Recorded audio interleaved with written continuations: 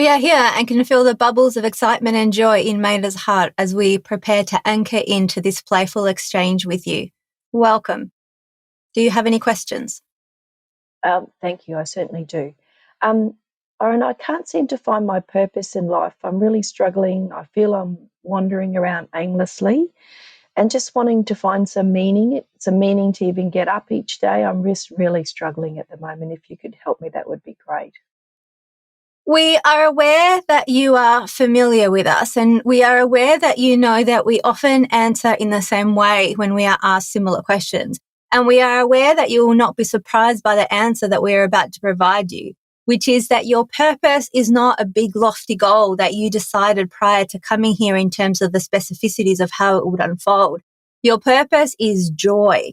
And we say that not to be flippant. We say that because joy is the energetic configuration of alignment. When you follow your joy, when you follow what is calling you in a joyous, expansive way, you are moving forward into what is alignment. And so do not decree that you have a big, important purpose of helping people or transforming the world, because any of that only facilitates in the seeing of the world and others as disempowered. You are here to co-create. You are here to co-create in joy. And as you let go of the idea that it is something that is elusive and hard for you to find, and reconnect to the fact that you know joy inside of you, and you know when you are moving towards it and when you are moving away from it, even if your mind has created structures over the top of your sense feeling, you can reconnect to what is leading you towards joy and what is leading you away from it.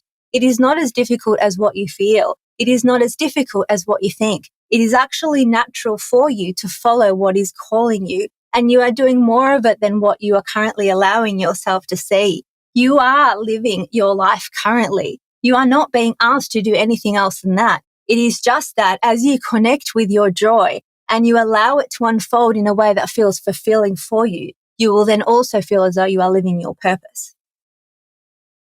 Oh, yes. Yes, I do forget the joy thing a lot.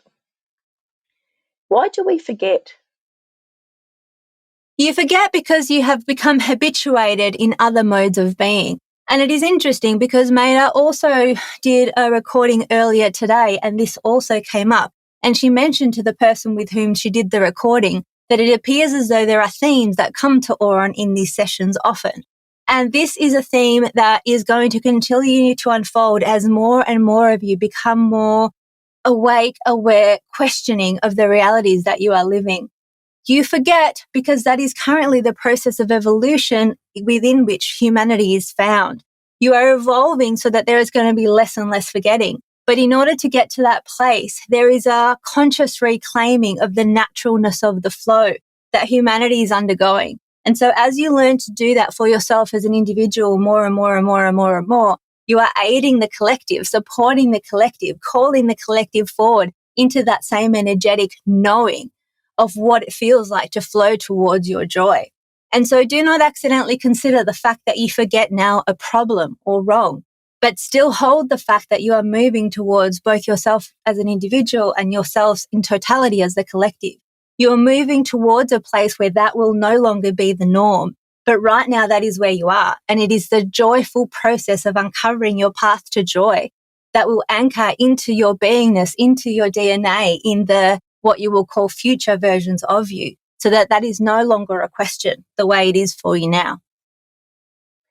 So just further on from the joy question, I think I get stuck in the not having joy when I perceive I don't get what I think I would like, such as I didn't get the opportunity to have children, the having a significant partner has eluded me, and I've let that get in the way of joy. Is there something you can say to that?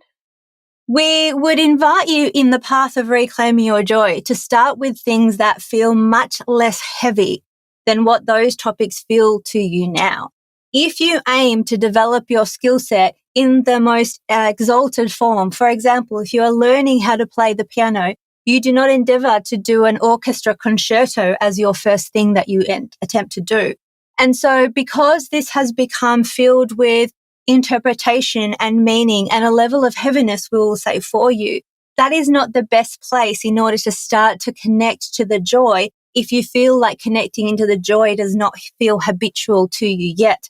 It is when it is more habitual to you that it will be more productive for you to focus on those larger, more currently heavy feeling ideas or things that have or have not occurred in your life. And so we will counsel you to begin with the simplest of things. Maida has worked in her life, for example. She came from a situation where growing up, she did not feel at all supported. And she was so disconnected from the idea and the feeling and the experience of being supported that she began by attempting to find a level of support from the earth. She was sitting on the floor and she said, okay, well, I am being held by the earth right now. I can't fall down any further than I am. So I guess I am technically supported. That is where she began. And she has walked that path and walked that path and walked that path. And she is now someone who feels deeply supported both by herself and the world around her. And so begin where it is simple. She could not fall from the floor of the earth. So begin where it is simple for you. It might be that you love putting your feet in water. It might be that you love delicious ice cream, and fall into yourself as you experience the joy. Connect in with yourself. Feel the feelings of joy, however slight they may be. Because as you know, what you're bringing your attention to is what is going to expand in your experience. Prioritize your reconnection to joy. Make it something that is important so that it does not become something that, like you said, you forget to focus on. Put reminders on your mirrors. Put reminders on your phone. Do whatever it is that is required in order that you feel supported so that you start to reconnect in a more regular way. And as you build the momentum of that, you will find that it is much faster to reconnect to your connection to your joy than it has been to disconnect from it. Thank you. That's beautiful. I think that also connects into my other question, was that I feel that I'm living a very small life. I know there's a bigger life out there for me, but I haven't been able to move towards it yet. And I guess because I haven't been feeling enough joy, that's probably stopping me from that bigger life, is it? If you continue to look externally for the things that are going to give you the feelings that you wish for, you will continue to chase things that are ungraspable. So we will not say that it is your lack of joy that has stopped you from living a bigger life. We will say in a different way.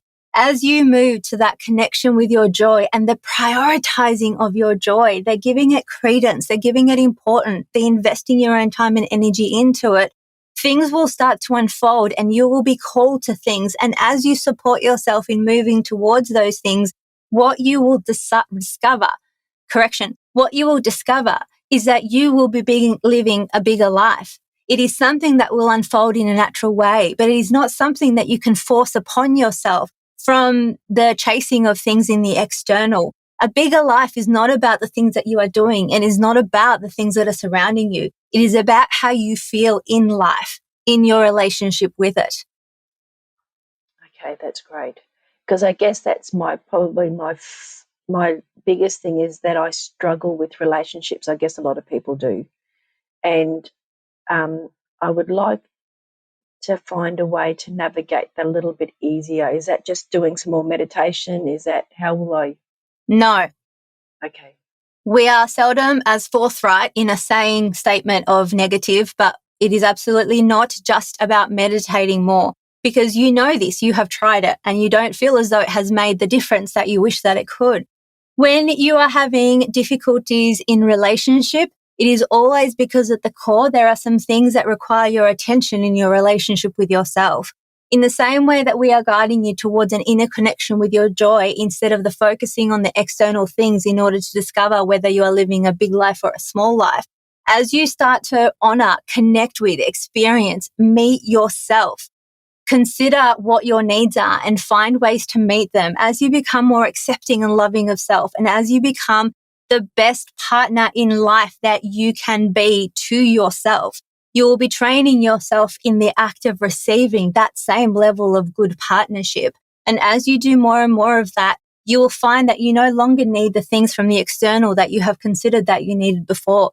And the irony of that is that that's when they will come.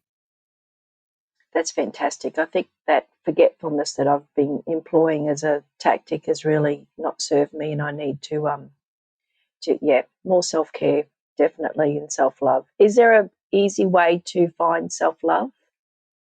There is a process that Maida is now teaching called the Return to Wholeness process. And there is a podcast episode that has been released that contains an example of someone being guided through that process. But we will tell you that the Return to Wholeness process is not necessarily something to work with someone else on. It is something to work with oneself on. The basis of the Return to Wholeness process is this. You have parts of you inside of yourself that you have disconnected from.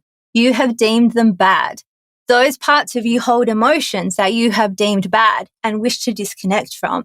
The truth is that every single part of you absolutely adores you and is trying to either protect you from something or guide you towards something that they believe is for your benefit. And as you disconnect from those parts of you and as you move away from them and ignore them and as you actually hate them sometimes, those parts continue to do what they can to either protect you or move you towards what they consider good, depending on their perspective. And it is only once you come to those parts of yourself with actual acceptance, with actual openness, when you offer them a space of safety so they can share their concerns with you and their perspective, and you can work together with them to support them in order that they be healed and integrated, and they can also access the higher perspective which other parts of you hold. You will be developing a level of self-love and self-acceptance if you practice this on a regular basis. It is not more complicated than that. The truth is that most of you know that in theory, self-love is important. And in theory, you agree that it matters and you think that you are doing it sometimes. And it is true that acts of self-love, for example, having a massage or having a bath, can be self-love. The self-care that we see you putting on your list is not the act of self-love that will lead to the transformation of the life that you all seek. Self-love is how you talk to yourself. Self-love is how you think about yourself. Self-love is how you support yourself. Self-love is your relationship with yourself. And many of you focus on the external and ignore this deeply important paradigm shifting work. Self-love, when you are looking at the world through the eyes of someone who loves themselves, the world is a completely different place. It is a playground. It is something that supports your love of you. It is something that comes to you with gifts because you feel that they are aligned to you and that you deserve them. And this important point is what we will conclude with. When you connect into your self-love, when you start to feel worthy, you are not saying anything about the worth of anybody else. Some of you shy away from claiming your self-worth because you think it is almost like saying that you are worth more than others. That is not what self-love is. Self-love is not I am better than you. Self-love is I am lovable and I love me. And there is nothing in the negative when it comes to that. No one is deficient by you loving yourself more. Do not confuse self-love with arrogance. Arrogance does not come from self-love. Arrogance comes from fear and disempowerment. When you are deeply connected to your own self-love, that is when you are your best self, and that is when you have the most to offer others. And so do not do this so that you offer the most to others. Do it because you deserve it and it feels good, and that is the purpose of your life. We love you. We love you. We love you. Go well. Thank you. Oh, holy shit, that felt really big. I got shivers all over. That felt bigger than normal. This morning's one did as well. It feels bigger. It's like the energy is bigger. Oh, how'd you go? That was fantastic. Yeah, a lot of it is just, hello, you've listened to the podcast, you still, yeah, got it. But they never do it like that. You just did that action. This happens sometimes. I fog up for no reason. Like, why does that happen? It happens after Oran sessions. Like, there's no reason for me to be foggy right now. Yeah, they never do it like that. I get to feel it. It is the most self-loving. And they keep saying, we will tell you again and again and again. They don't get bored of us. They don't get tired of us. They don't want to hit us upside the head and go, fucking told you this already. Come on. They don't do any of that. They just love us, like in the most beautiful, profound way. You can't see, but I'm holding my heart. Yeah. It's so beautiful. Is it entirely possible that the minute I put my response in that box yesterday, yes, that I started to receive healing? Because yes, I woke up today 100% different to how I woke up yesterday, and I had already had self-love for myself today, a lot higher than it was. And I'm like, I don't know if that, and part of me wanted to just go, I think it is, and then I just wanted to check in with you about that. Yeah, absolutely. So I've been an energy healer for a really long time, and that's kind of always happened. But something's happened in terms of Auron and the energy and their ability to work with people in the last Right. little while that, yeah, I have absolutely no doubt, because you putting that thing in there is you having an intention and connecting to the energy of this thing, right? You're going, yes, I'm a yes to this. And when you've got that intention, like the universe reconfigures and things align. And I'm absolutely positive Auron can absolutely work on you when you agree to be worked on with Auron. You know, Yeah. like you specifically said, yes, I want to come on this thing, this podcast with them. And so you give them permission. They can't do anything unless you give them subtle permission. And the minute you or you started, whichever, the feeling in my heart was just beautiful. It just went straight in there, and it was like there was no fear, there was no scared or anything. It was just like, okay, it's all good. Oh my So God, yeah, I'm it was so great. glad. Yeah, it That's was so great. beautiful. So that's the feeling I get when I channel them always. I've said I feel like I'm, you know those pictures in Christianity of Jesus where the heart's glowing? Yes. I feel like that. Wow. Okay. And so I'm so glad that you got to feel that experience, because that is you dropping away all the bullshit and Yes. connecting into that self-love. They're only just a mirror, even energetically. That's what they constantly say. We're just a mirror to you of how amazing you are and how lovable you are and how adorable you are. That's what they are for all of us. They didn't say anything I didn't know, really, but Uh, it was just said in a way I could now hear it. Do you know what? It's true, right? And they've said it. They never tell us anything we don't already know, and it's the recognition that makes us have a feeling. But also, they say things in a way that I feel like, yes, I know them, but they say them in a way that, like, I had never thought of it that way before. Yes. You know what I mean? And so, but after they've spoken, and it's like they say such big stuff, but it's very simple language. Like it's not overly complicated. Like you don't need a PhD to understand it. No. But I feel like I've learned so much, even though when I hear it back, I recognize that I knew it. I didn't know it. Yes. So it's like they bring my knowing to my experience. That's what I feel they do. Can I just ask one sort Sure. of personal question? Is the word channeling, when did you start doing Auron? Is that the right word? I don't know. Yeah, so I've realized, so there's a podcast episode that goes into lots of detail. Okay, look for it. Yeah. It's called Learning to Channel or something like that, cool. where a friend interviews me about it.